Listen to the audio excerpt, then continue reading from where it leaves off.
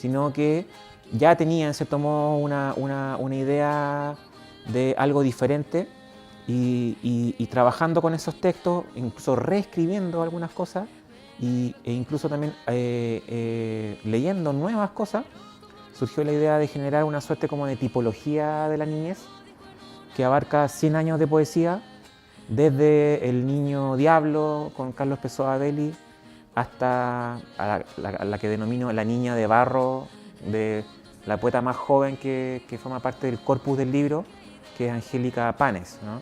Y que en realidad joven ya tiene como 30 años o más, ¿no? Entonces también hubo un montón de decisiones que permitieron establecer esta investigación, hacer un recorrido, ¿cierto? Y proponer una lectura básicamente sobre el imaginario de infancia en la poesía, pero también otros niveles de lectura, por ejemplo, de que existe una relación intrínseca entre poesía e infancia, de que leer sobre infancia también remite a la propia infancia. Entonces, también hay algo experiencial que va mucho más allá de la mera lectura de un texto poético, ¿no? Y de lo que ahí pueda decirnos un poeta o una poetisa.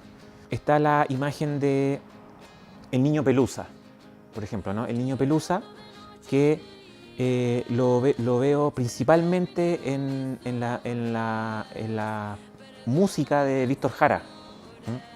En los textos musicales de Víctor Jara, ¿no? Que es un niño que al mismo tiempo propongo la tesis de que Víctor Jara lo rescata como parte también de un proyecto político, ¿cierto?, de valorización de la infancia, un proyecto social y político, ¿cierto?, de, que ve en el niño el futuro de la nación, ¿no? O sea, también forma parte del proyecto de la Unidad Popular, ¿cierto?, de Salvador Allende. Recordemos que, por ejemplo, uno de los afiches de campaña de Salvador Allende, de la campaña de la UP, es justamente la de un niño donde dice "por ti venceremos", ¿no? Y también Allende promovió como campaña, ¿cierto?, asegurar medio litro de leche para cada uno de los niños de la nación. Entonces, en los años 60, 70, también otras poéticas, otros autores, hay una preponderancia muy grande de la infancia, ¿cierto?, como el principal depositario del destino o futuro de la nación. Y el niño Pelusa, en cierto modo, rescata un poco ese imaginario o esa idea, ¿no? Que lo trabajo a partir de la imagen que Violeta Parra propone en su autobiografía, en Décimas, ¿cierto? Donde habla de su propia infancia, de niña campesina, de niña que no le gusta el colegio, que prefiere andar jugando en el campo, subirse a los árboles, y ella misma se nombra a sí misma como una niña desaliñada, ¿no?, desordenada, incluso también como un poco sucia, en el sentido de que está todo el tiempo jugando con la tierra. Y ahí yo veo también como un imaginario de libertad que se quiere rescatar, ¿cierto?, también como una crítica también al sistema educativo, y como un contrapunto, ¿cierto?, o ir a contrapelo de cualquier política normativizante, ¿cierto?, disciplinaria y creativa, ¿no? Bueno, en el libro yo planteo como tres grandes directrices o tres grandes momentos asociados más o menos a momentos históricos, ¿cierto?, que vendría a ser la primera mitad del siglo XX, la segunda mitad del siglo XX y las primeras 2 décadas del siglo XXI, ¿no?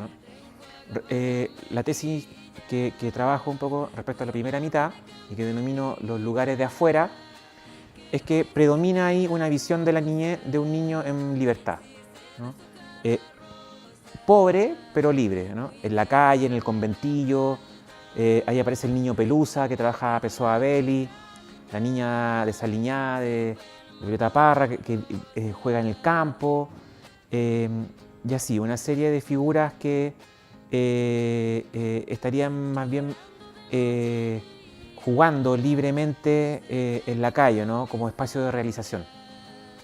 En la segunda mitad, lo que planteo es que habría más bien un confinamiento que guarda relación con el desarrollo de la familia burguesa, ¿cierto? Y el valor de la familia como un depositorio y una obligación, ¿cierto?, por cuidar al niño, ¿no?, de la mano con políticas estatales como las que nombré, ¿cierto?, respecto a Salvador Allende, pero en general una política que ya venía de antes, ¿no?, con el estado de bienestar, con la preocupación, por ejemplo, con la mortalidad infantil, reducir los índices de mortalidad, reducir los índices de analfabetismo, ¿cierto?, que conllevan, ¿cierto?, a que el niño esté ahora preponderantemente en la escuela y sea más bien un niño privado, ¿no? Si el niño de la primera mitad era más bien un niño público, ahora hay un niño privado, ¿no?, un niño más bien encerrado en la casa.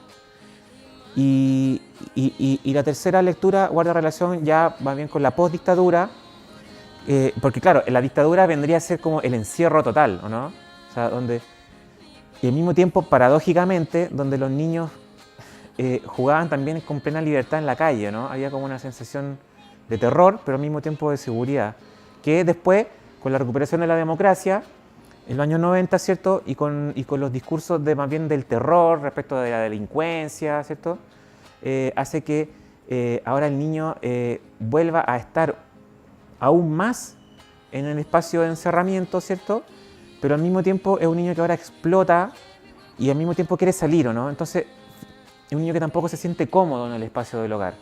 Es un niño que ahora los padres trabajan todo el día, entonces es un niño que vuelve a estar solo. O sea, si estuvo solo a principios del siglo XX, jugando en la calle, un poco por la despreocupación de los padres o por la pobreza de los padres, ahora en el siglo XXI los niños vuelven a estar solos porque ahora los padres están todo el día trabajando, ¿no?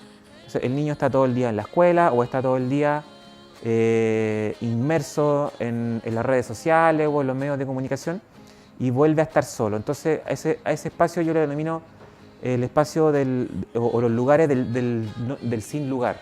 O sea, un niño un poco a la deriva, ¿no? Y porque además hay toda una poética que se desarrolla en las primeras décadas del siglo XXI, que además poetas, ¿cierto?, que además están poetizando sobre esa nada, sobre ese vacío, ¿no? Donde también hay una crítica a la implementación del neoliberalismo, ¿cierto?, a las consecuencias de la economía neoliberal en nuestro país, y también como un efecto, ¿cierto?, del trauma dictatorial que hace que los niños finalmente tampoco se vean a sí mismos como con un proyecto político, ¿cierto? Los niños que ahora son adultos, ¿no?